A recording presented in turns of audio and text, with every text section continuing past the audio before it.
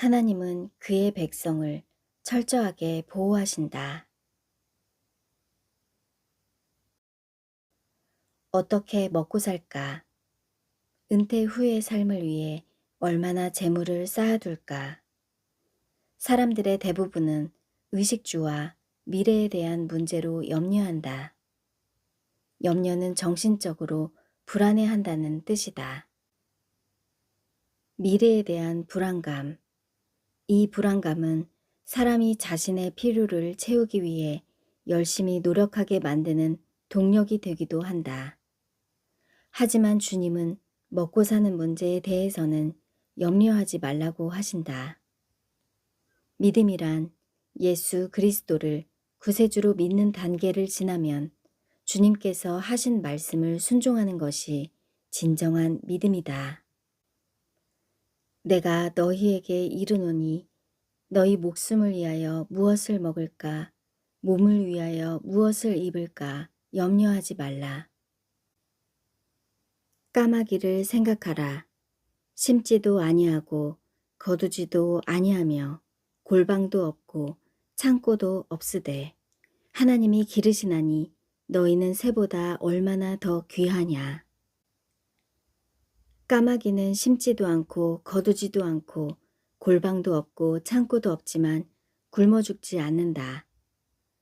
까마귀도 먹이를 찾기 위해 열심히 돌아다니기는 한다. 사람도 열심히 일하는 것은 당연하다. 주님은 까마귀에 이어 백합화와 참새까지 동원하여 수사학적 질문을 하신다.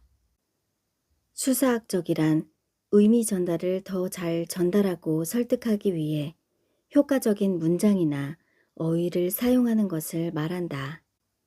참새 5마리가 두 아사리온에 팔리는 것이 아니냐. 그러나 하나님 앞에서는 그 하나도 잊어버리시는 바 되지 아니하는도다. 너희에게는 심지어 머리털까지도 다 세신 바 되었나니 두려워하지 말라. 너희는 많은 참새보다 더 귀하니라.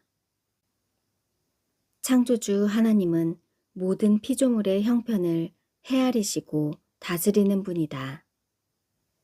참새는 새 중에 가장 작은 종류에 속하며 아사리오는 가치가 작은 동전이다.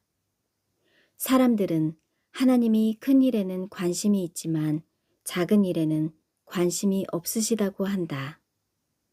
그러나 예수님은 그렇지 않다고 하신다. 하나님은 아주 작은 일, 심지어 우리의 머리털 개수까지 관심을 가지신다. 작은 것뿐 아니라 거시세계인 우주까지도 하나님은 세밀하게 다스리신다. 우주와 태양계와 지구와 생명체가 저절로 알아서 자동으로 운행되는 것으로 생각하지만 그렇지 않다.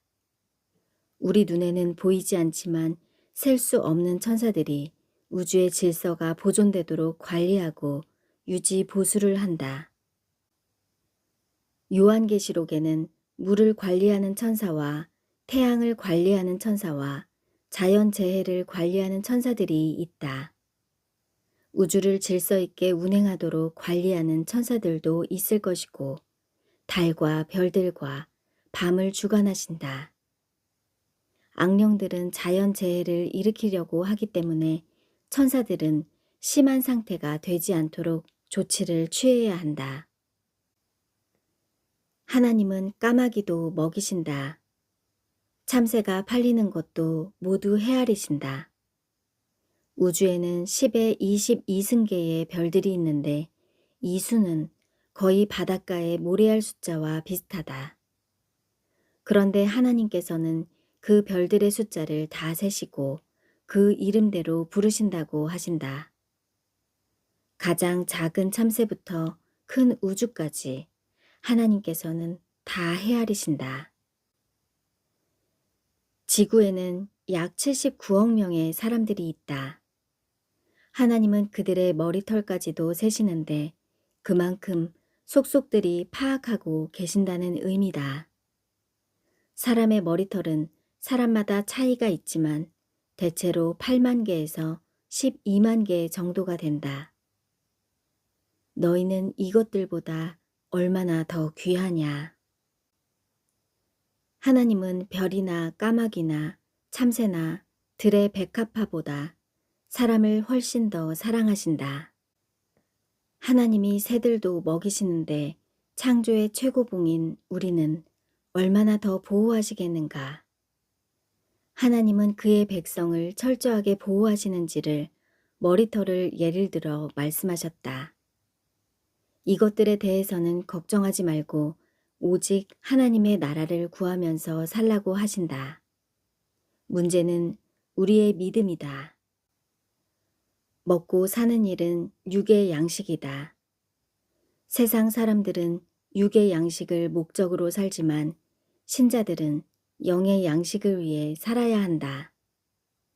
육의 양식은 하나님이 아시기 때문에 염려하지 않아도 된다. 신자가 육의 양식을 염려하는 것은 믿음이 작기 때문이라 하신다. 예수님 시대에는 하루 벌어 하루 먹고 사는 사람들도 많았다. 지금은 내일 양식이 없어 걱정하는 시대가 아니라 더 많이 쌓아놓기 위해 염려한다.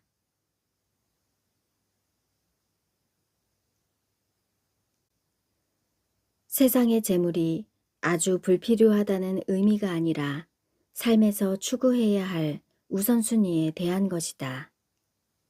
청소년이 미래의 진로나 의사 결정을 위해 기도하지 말라는 의미는 아니다. 그것은 하나님께 기도하고 인도를 받아야 한다. 재물에 대한 과도한 탐심은 우상이 된다. 육의 양식을 창고에 많이 쌓아놓을수록 천국의 창고는 빈 상태가 된다. 하나님이 우리에게 주신 은사를 우리의 필요를 채우기 위해 사용하는 것은 바람직하지 않다.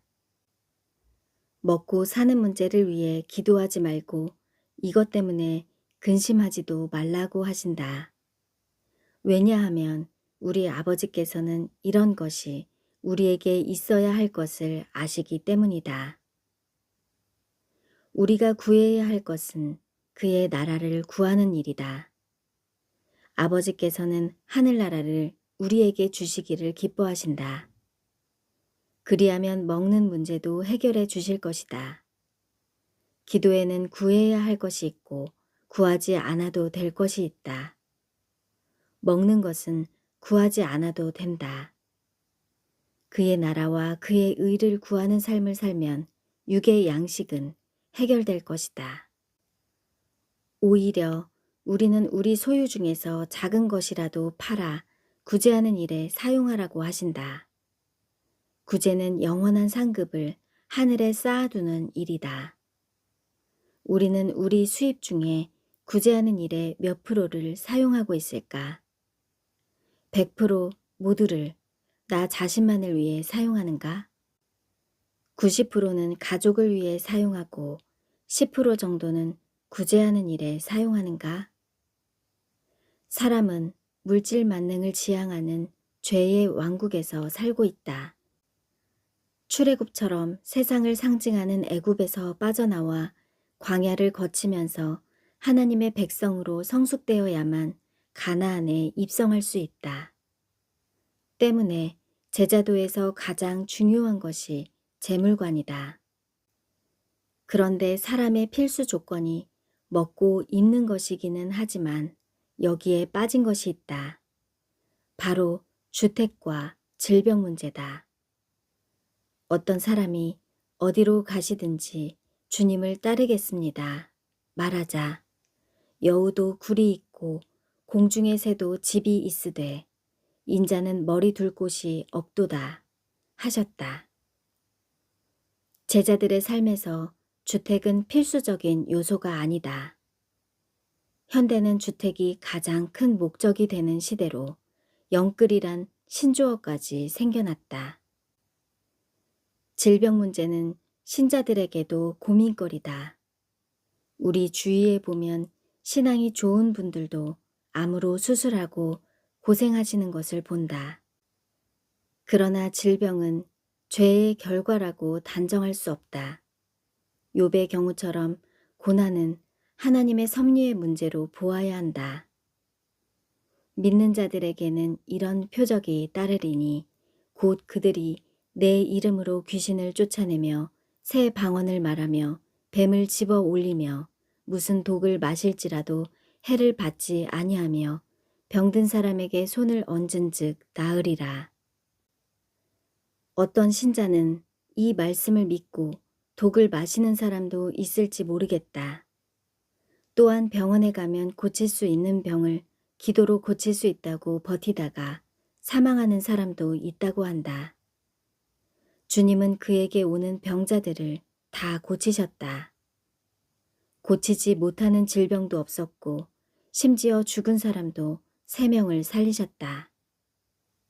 현재의 사역자들이나 신자들이 이 말씀대로 병을 고치는 사례는 보편적이지 않은 딜레마다. 하지만 지금도 말씀의 캐리그마에는 치유의 능력이 나타날 것이다. 예수님은 귀신을 쫓아내지 못한 제자들에게 너희 믿음이 적었다고 말씀하셨다. 우리도 믿음이 적은 것이나 성령의 권능이 충분하지 않은 이유가 될 것이다. 세상의 것이 풍족해질수록 영적인 통찰력과 성령의 능력은 감소한다. 그러므로 우리가 구할 것은 믿음이며 말씀에 순종하는 믿음이다. 우리는 먼저 하나님의 나라와 그의 의를 구하는 삶을 살면 하나님께서 우리의 육의 양식은 해결해 주실 것을 믿어야 한다.